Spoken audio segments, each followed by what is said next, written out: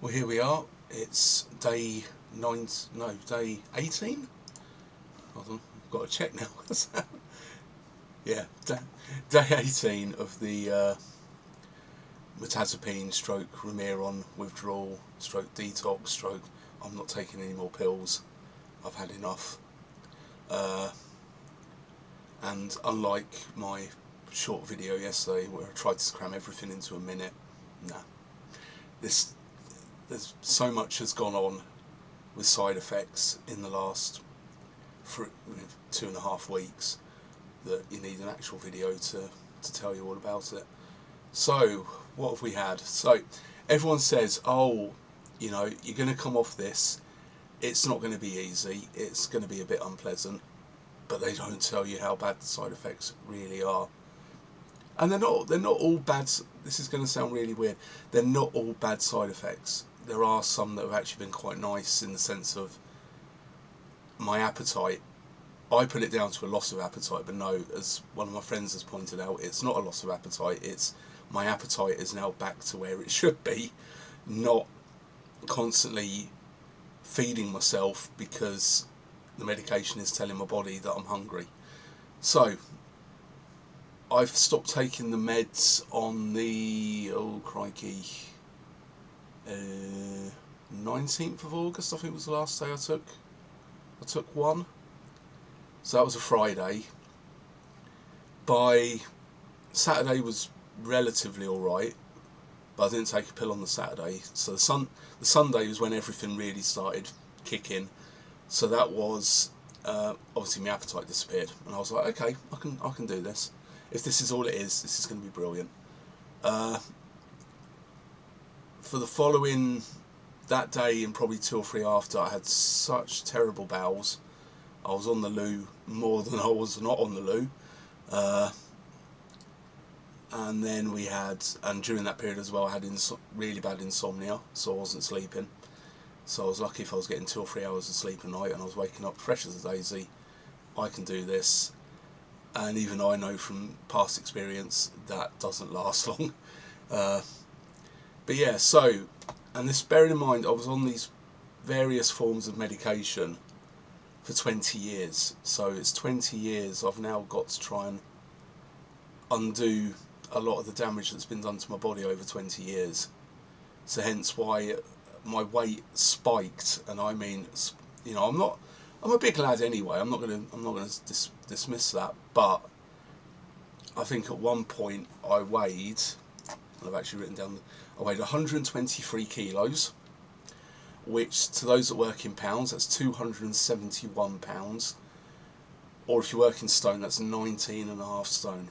I'm only 6 foot. I'm not a tall lad, so I'm the size of a house, and there's no getting away from that. So the fact that my appetite has returned to normal and I've gone from eating 3,500 to 4,000 calories a day down to approximately 1,500 to 1,800 a day, yeah, I've lost 3/4 of a stone in, well, less than 3 weeks.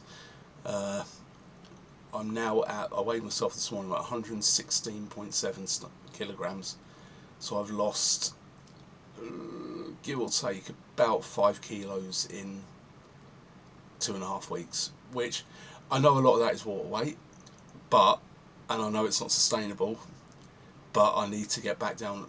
Ideally, I want to get back down to about 80 kilos. So, and a big shout out to Jay, if you're watching this, Jay, who helped me out last year when I went on a weight loss journey, and straight away, as soon as I said, right, I'm off the pills, I need help, straight away he was like, yeah, you need to do this, this and this, and I'll speak to you tomorrow. And every day he's messaged me to say, right, how are you doing, what are you doing, what are you eating, because he knows full well I can get the weight off. It may not happen it's not going to happen overnight, I know that, but it's part and parcel of the journey. So yeah, so we've had the upset stomach and the irritable bowels, we've had the insomnia and the loss of appetite. That was followed by excessive flatulence, so a lot of farting, and excessive sweating.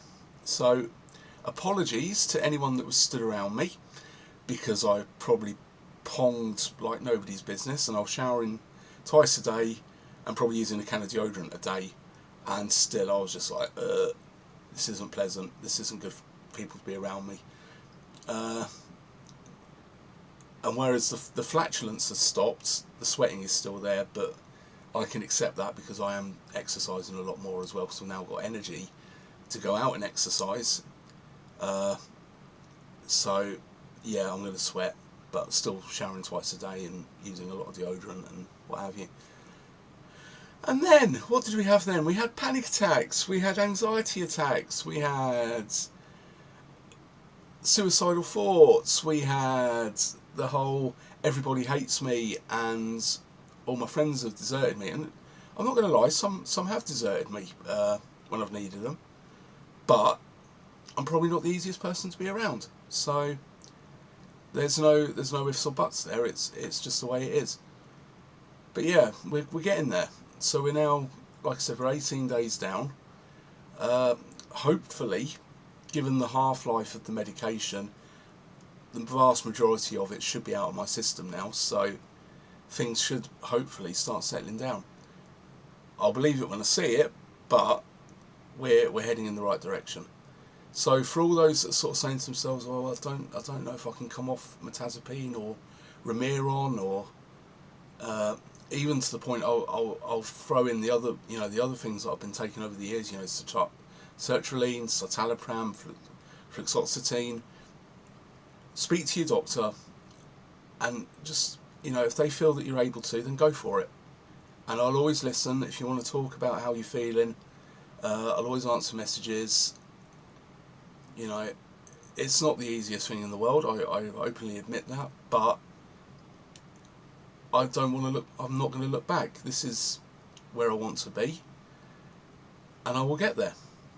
So thank you very much for watching and listening, and as always, if you haven't already, whack that follow button, hit that subscribe button, hit that thumbs up, leave us a comment, tell us what you thought, and I'll hopefully be back in a couple of days to let you know how we're getting on.